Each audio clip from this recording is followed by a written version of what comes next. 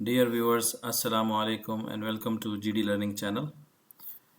Viewers, आज हम बात करेंगे कि माइक्रोसॉफ्ट एक्सेल के अंदर चार्ट्स कितनी टाइप के होते हैं और हमने उसको कैसे बनाना है। तो चार्ट क्या है? बेसिकली चार्ट होता है कि आपके डाटा की ग्राफिकल रिप्रेजेंटेशन, कि आपने एक डाटा बनाया है, उसके अंदर रोज़ और कॉलम्स हैं, उसको अगर आपने एक चार्ट की शक्ल में, ग्राफ की शक्ल में बनाना हो तो वो आप कैसे बनाते हैं। हम सबसे पहले देखते हैं कि चार्ट कितनी किस्म के होते हैं और किस लिए इस्तेमाल होते हैं। फिर उसके बाद हम देखेंगे कि कैसे हमने एक चार्ट को इंसर्ट करना है, बनाना है, और कैसे हमने उसको एडिट करना है या उसके अंदर चेंजेस कैसे करनी है। तो स्टार्ट करते हैं टाइप्स पे। जैसे कि आप देख रहे हैं कि कॉलम टाइप है, लाइन है, पाई है, बार है, एरिया है, एक्स वाई है, स्कैटर, और उसके बाद स्टॉक है, सरफेस है, डोनट है, और उसके बाद बबल है और रेडर है। तो वन बाय वन देखते हैं कॉलम किस लिए है। इसको मैं जूम कर लेता हूँ थोड़ा। कॉलम जो है, charts are used when you want to compare different values vertically, यानी अगर आपने मुख्तलिफ वैल्यूज़ को कंपेयर करना हो, एक से दूसरे के साथ उसका मवाजना करना हो, और वर्टिकली एक बार की सूरत में आपको वो नज़र आता है, वो कॉलम चार्ट है। और वो जहाँ पे भी हमने डाटा को कंपेयर करना हो, मवाजना करना हो एक का दूसरे के साथ, तो हम कॉलम चार्ट जो है वो इस्तेमाल करते हैं। लाइन चार्ट क्या है? लाइन चार्ट के अंदर हम क्या है कि इसको इस्तेमाल करते हैं ट्रेंड्स के लिए, कि ओवर टाइम के मुख्तलिफ टाइम के साथ साथ ट्रेंड अप और डाउन जो है वो अगर हमने शो करना हो तो उसके लिए हम लाइन चार्ट जो है वो इस्तेमाल करते हैं। पाई चार्ट जो है ये इस्तेमाल होता है for showing values as a percentage of as a whole, कि टोटल परसेंटेज जैसे 100 होती है और उसके अंदर मुख्तलिफ परसेंटेज हमने बतानी हो, कि फॉर एग्ज़ाम्पल के आपकी डिफरेंट एरियाज़ की कितनी परसेंटेज है 100 में से, तो उसके लिए हम पाई चार्ट इस्तेमाल करते हैं। तो इसकी जो लिमिट है 8 सेक्शंस हैं, कि आप उस 100 को 8 हिस्सों में तकसीम कर सकते हैं, मैक्सिमम ये इसकी लिमिट है। और उसके बाद बार चार्ट क्या है? बार चार्ट बिल्कुल कॉलम चार्ट की तरह है और सेम है, सिर्फ फ़र्क ये है इसमें कि कॉलम के अंदर जो है वो वर्टिकली जो है कॉलम्स नज़र आते हैं, और यहाँ पे जो है ये हॉरिजेंटल नज़र आते हैं बार चार्ट के अंदर। एरिया क्या है? एरिया जो है ये लाइन चार्ट की तरह ही है, सिर्फ फ़र्क ये है कि यहाँ पे जो लाइन है ये नीचे से बिल्कुल ब्लैंक है, कोई ऑप्शन यहाँ पे जहाँ पे फिलिंग नहीं है, तो यहाँ पे जो है सिर्फ फिलिंग है। तो area charts are the same as line charts except the area beneath the lines is filled with the colour. तो इसका जो नीचे सिर्फ एरिया है इसको आप फिल कर लेते हैं, इस यही लाइन चार्ट को। उसके बाद एक्स वाई स्कैटर क्या है कि ये स्कैटर्ड है, यानी मुख्तलिफ जो है वो डॉट्स आपको नज़र आते हैं जहाँ पे भी वैल्यू आ रही होती है, तो ये स्कैटर्ड है। स्टॉक जो है, स्कैटर्ड कहाँ पे यूज़ होता है? Are used to plot cluster of values using single point, कि एक एक पॉइंट जो है वो आपको वहाँ पे डिस्प्ले करना हो कि क्लस्टर की सूरत में, तो उसके लिए ये इस्तेमाल करते हैं। स्टॉक क्या है? Stock charts are effective for reporting the fluctuation of stock prices, कि फ्लक्चुएशन अगर हमने अप डाउन जो है वो स्टॉक प्राइसेस के अंदर जो हो रही है उसके लिए इसको यूज़ किया जाता है, इसलिए इसका नाम भी स्टॉक है। उसके बाद आता है सरफेस। सरफेस चार्ट क्या है कि is useful for finding optimum combination between two sets of data, कि दो डाटा के दरमियान जो है वो जो कम्बिनेशन है उसको अगर आपने फाइंड करना हो तो उसके लिए हम सरफेस यूज़ करते हैं। डोनट जो है ये chart shows the relationship of parts to the whole, के मुख्तलिफ पार्ट्स के दरमियान जो रिश्ता है, जो रिलेशनशिप है, उसको अगर आपने डिस्प्ले करना है तो उसके लिए डोनट यूज़ होता है। बबल जो है ये similar to X Y scattered है, सिर्फ फ़र्क ये है but they compare 3 set of values, उसके अंदर एक एक वैल्यू जो है वो कंपेयर होती है, दो वैल्यूज़ कंपेयर होती हैं एक को दूसरे के साथ, तो इसके अंदर जो है वो आप 3 वैल्यूज़ को कंपेयर करते हैं। और उसके बाद जो है रेडार है। Radar chart compare the aggressive value of a number of data series, अगर आपने aggregate value of a number of data series, के डाटा सीरीज की जो है एग्रीगेट वैल्यू अगर आपने डिस्प्ले करनी हो, फाइंड करनी हो, तो उसके लिए रेडार इस्तेमाल होता है। तो स्टार्ट करते हैं। माइक्रोसॉफ्ट एक्सेल के अंदर मैंने एक ये डाटा बनाया है, ये एक ट्रैवल पर्पस सर्वे रिजल्ट है जिसके अंदर ये डिफरेंट कंट्रीज़ हैं, और इन कंट्रीज़ के अंदर ये डिफरेंट लोगों ने जिस मकसद के लिए ट्रैवल किया है ये उनका रिस्पांस है, कितने बंदों ने बिज़नेस के लिए ऑस्ट्रेलिया के लिए सफ़र करते हैं, और 39 जो है वो लेयर के लिए करते हैं, और उसके बाद 20 अदर्स के लिए, और इसी तरह से कनाडा का है, और चाइना का है, और यूरोप का है, और जापान का है।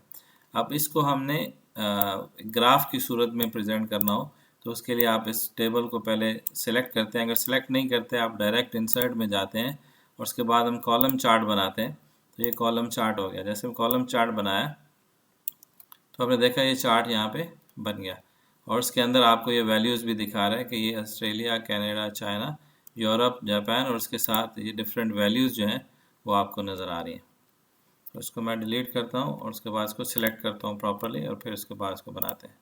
इसको सिलेक्ट करें। सिलेक्ट करने के बाद आप इसके बाद अब इंसर्ट में जाएं, और उसके बाद चार्ट, और यहाँ से चार्ट चूज़ करें, और ये देखें आपकी वैल्यूज़ जो है यहाँ पे रिफ्लेक्ट होंगी।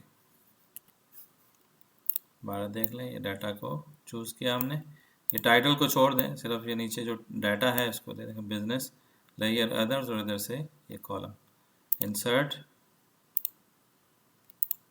टू। अभी हमने देखा कि ये बिजनेस जो है ये कलर को रिप्रेजेंट कर रहा है ब्लू, लेयर जो है ये कलर है मैरून, और ग्रीन जो है वो अदर्स है। और इसी तरह से इसकी जो ग्राफ की वैल्यूज़ हैं, ये हमारा वाई एक्सिस है, और ये हमारा एक्स एक्सिस है। एक्स एक्सिस पे जो है वो कंट्रीज़ आ रहे हैं, वाई एक्सिस पे वैल्यू है कि कितने नंबर्स हैं। अब ये जो है इसको बोलते हैं लीजेंड। इसको आप यहाँ से कहीं पे भी मूव कर सकते हैं, चाहे तो इधर ले आएँ, यहाँ से इसको एडजस्ट कर लें, लेंथ वाइज भी कर सकते हैं ऐसे। तो आप इसको राइट पे, लेफ़्ट पे यहाँ पे मूव कर सकते हैं। कैसे मूव करना है, इसके ऊपर आप क्लिक करें। क्लिक करने के बाद जैसे यहाँ पे पॉइंटर इसका ये 4 एरोज़ वाला आ जाए, इसको माउस के लेफ़्ट बटन प्रेस करके होल्ड कर लें, और उसके बाद इसको ड्रैग करें, तो आप इसको मूव कर सकते हैं। अभी चार्ट टाइटल जो है इसके अंदर आप अपनी मर्ज़ी का चार्ट टाइटल जो है वो लिख सकते हैं। अगर यही सेम लिखना हो तो सेम लिख लें।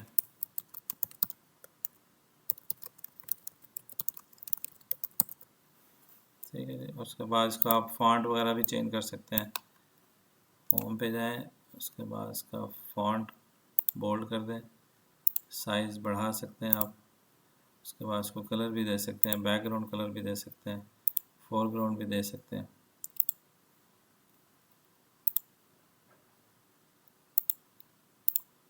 तो इस तरह से जो है वो आप वैल्यूज़ जो है या कलर्स जो है वो आप दे सकते हैं, बैकग्राउंड, फोरग्राउंड, और उसके डिफरेंट साइजेस।